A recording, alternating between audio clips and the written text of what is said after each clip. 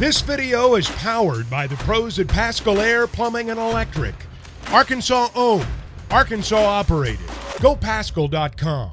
Welcome in Dan Peck live, ESPN 106.7 in Auburn. Man, that was a great game. I barely remember last season, guys. So it's great. It's great to be back. Love the show. Always have fun when it's like it's weird because there's not a lot of.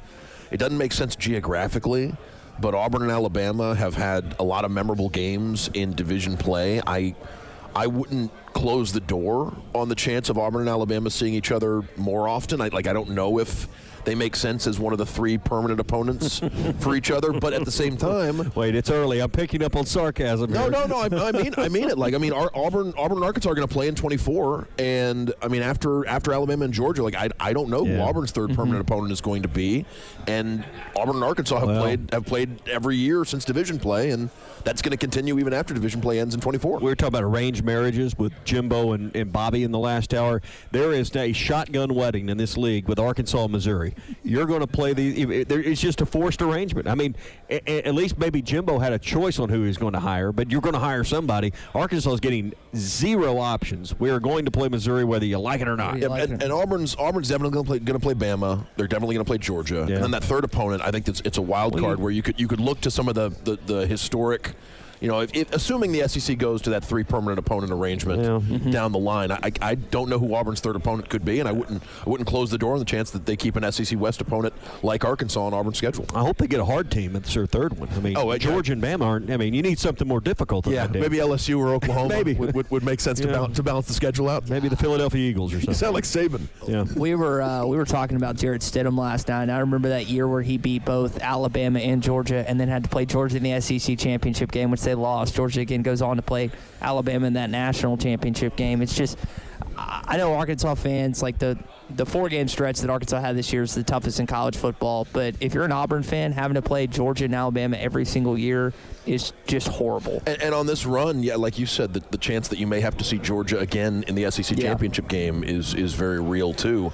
And so I think that you're not moving Bama or Georgia off the schedule for Auburn, and that's part of the reason college football is great is because of rivalries like that. I'm glad the games aren't right next to each other on the schedule anymore. They've moved Georgia to earlier in the year at least. I'd like to see Georgia maybe as Auburn's opener and Bama as the closer if they're both going to be on the schedule, at least conference opener for Auburn. This very conversation we're having about games and rivalries, and that's the central key, I think, to the 8 versus 9 games, and Sankey touched on it yesterday. If you play 8, we can protect 1. Well, that means the Iron Bowl's protected in Auburn's case.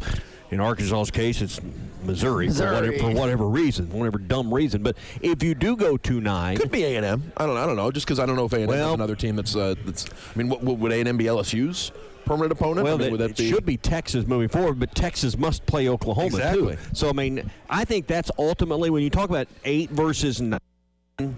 I think that's the reason we go to 9. It's not for money because there's not enough money in an extra game that you're already playing. This isn't or an extra conference game. You're not playing an extra game. It's still 12 games. The reason you go to 9 is to make sure you can have fair and balanced schedules, but still have the 3 key games that are important to your fans, important to TV, important to tradition. I mean, when you tune into the SEC, I want to see OU and Texas still, even though that's an old Big 12 game. I want to see Auburn, Georgia. I want to see the Deep South's oldest rivalry, Georgia, Florida. Those are games I want to watch. If there was an understanding that everyone in the conference would play 2 Power 5 teams out of conference every year, I'd be okay with 8.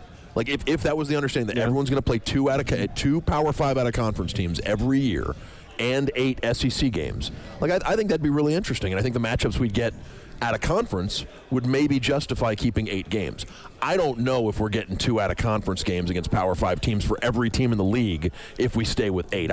And that to me is if we're doing it to keep uncompetitive games, SEC versus Group of 5, SEC versus FCS. If we're doing it to keep those games on the schedule, then we're doing it to provide a substandard product to the fans. If we're doing it for other, if we're doing it negotiating with SEC, with ESPN, like I sort of understand some of the stances on 8 games, but I really just want the best product possible, and I'm not sure that necessarily is I'm not sure that's necessarily 8 out of 8 SEC games and 1 Power 5 out of conference game, which is sort of where we are right now. We just announced and talked about the SEC ACC basketball challenge. I don't know why the SEC and the Big Ten can't do something similar in football.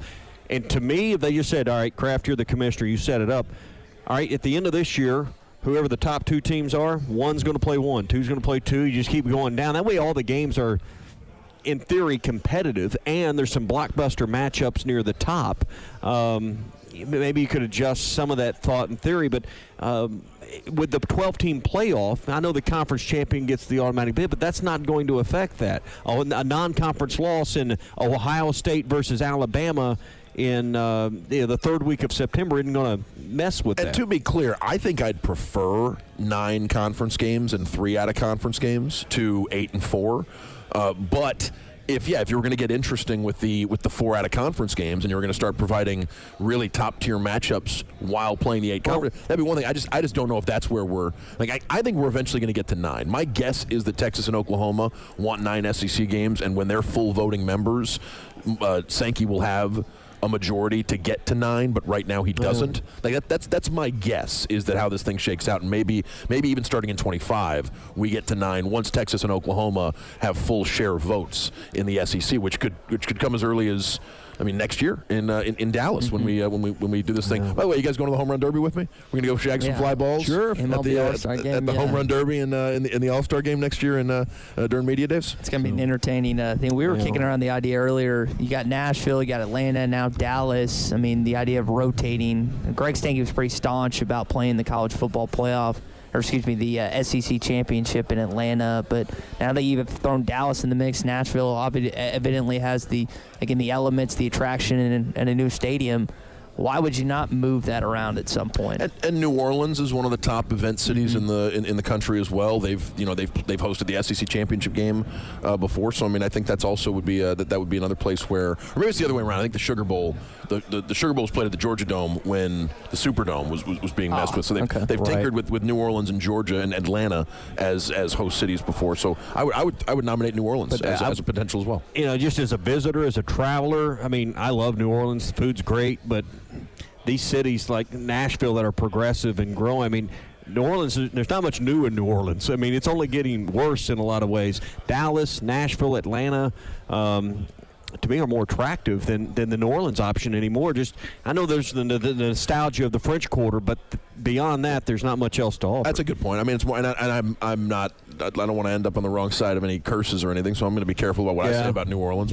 But it's no, I see what you mean, and I think there's probably something to that. Although there's also the nostalgia angle and the party angle. But you're right. If it's all about food, we'd always go to New Orleans. It's the best food in the country. Yeah, we're talking again with Dan Peck, ESPN 106.7 in Auburn. Dan, I want to ask you about Peyton Thorne transferring from Michigan State. Didn't really have a quarterback last year in Auburn. Robbie Ashford just wasn't what the Tigers needed and Brian Harsin needed. We spent this time last year. We thought Zach Calzada was going to play most of Auburn's snaps at quarterback. A&M transfer who was competing for the job. Maybe had some health issues keeping him from. I don't think he played a snap for Auburn this past season after finishing the year for A&M. We saw Gus catch lightning in a bottle in 2013. Is there any indication that this could happen for Thorne, Freeze, and Auburn this year? They come to Fayetteville, by the way. Yeah, I don't know if that Malzahn team went to the national championship in year 1 after taking over a team that didn't win a conference game, which is one of the more remarkable turnarounds we'll ever see in the SEC. For a team to go from 0-8 in conference to SEC champions a year later is, to think about what that would entail now, right? For a team to go from Ophir to league champion. I don't know if Auburn's going to be able to pull off that kind of turnaround, but I think Hugh Freeze has done a really admirable job trying to upgrade the roster after showing up and having.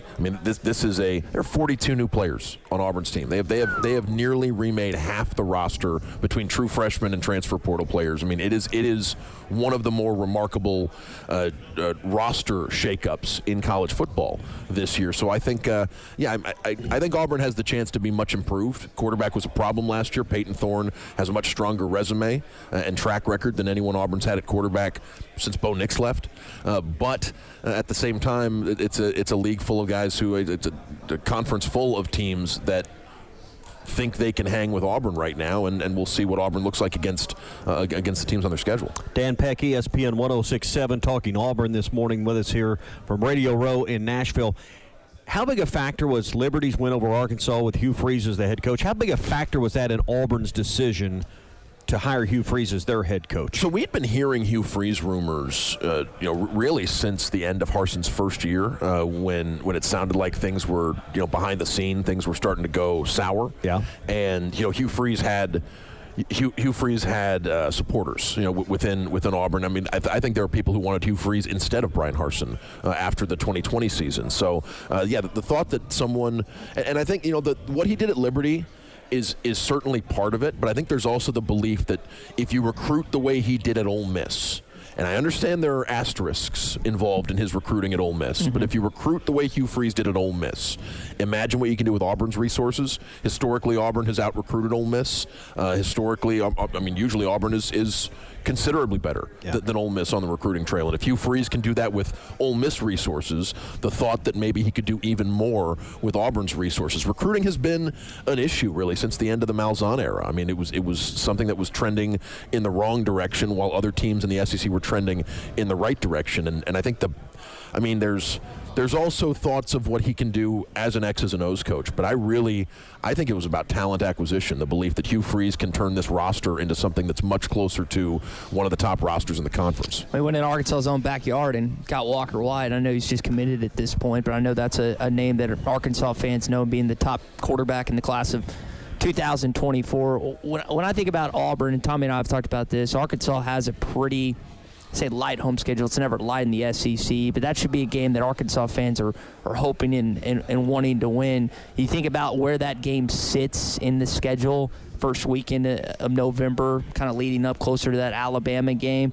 Where do you think Auburn will be at that point when they come into Fayetteville? And what kind of test do you think they're going to have to deal with in KJ when they really couldn't stop him last year? It's a tough matchup for Auburn. I was breaking down the conference schedule, and I think there's an argument to be made that Arkansas is the third toughest game on Auburn's schedule this year after Alabama. It's the 11th, by the way, not the third.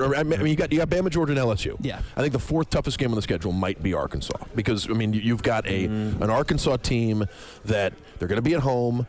They really leaned on Auburn's defensive line last year, and Auburn, we talked about it before the game, Auburn had only played 3 defensive linemen in the game the week before Arkansas, and the thought that you're going to only play 3 defensive linemen the whole game against Arkansas with that offensive line and those running backs and KJ Jefferson, I had a bad feeling about where Auburn sat last year when Arkansas came to town. Now Auburn has remade the defensive line. They went out and they got Justin Rogers from Kentucky, who had an Alabama offer and picked Auburn instead. They went and got Maryland Moe, Masai Nkilikite, who's a big defensive end. They landed a 5-star from just outside Montgomery and Keldrick Falk. So Auburn's got a remade front 7 and some defense. Austin Keys was Ole Miss's linebacker for half of last season, starting middle linebacker. He's at Auburn now. So Auburn's remade the front 7, and that's something that may neutralize the matchup with Arkansas a little bit, but I'm not going to sugarcoat it. Like at Arkansas later in the season, especially if Auburn's defense is dealing with any depth problems at all, like that's just that's brutal. I don't know much about your offensive line. I assume it's good because Sam Pittman's there. Yeah, and it's just like that's we'll see. I'd be terrified to be an offensive lineman playing poorly for Arkansas with a coach like Sam Pittman. So if Arkansas's offense resembles what it was when you guys were cooking Auburn, that's going to be something that you really need to have. You need to have talent and depth defensively to handle. It's going to be cold, too, in Fayetteville 9 on November 11th. Well, Dan, we really appreciate the time again. Live from Radio Row, Dan Peck, ESPN 106.7 in Auburn. Dan, I know you don't hope the game goes like it was last year, but I sure do. I haven't ruled it out. I do need to. It's been too long since my last trip to Fayetteville. I probably do need to make the trip. Make the trip, man. Well, we appreciate your time this morning. Come on and see us. Absolutely, guys. Thanks for having me. BetOnline is your #1 source for all your betting needs. Get the latest odds, lines, and matchup reports for baseball, boxing, golf, and more. BetOnline continues to be the fastest and easiest way to place your wagers, including live betting and your favorite casino and card games available to play right from your phone. Head to the website or use your mobile device to sign up today and get in on the action. Remember to use our promo code BELIEVE, that's BLEAV, for your 50% welcome bonus on your first deposit. Bet online, where the game starts.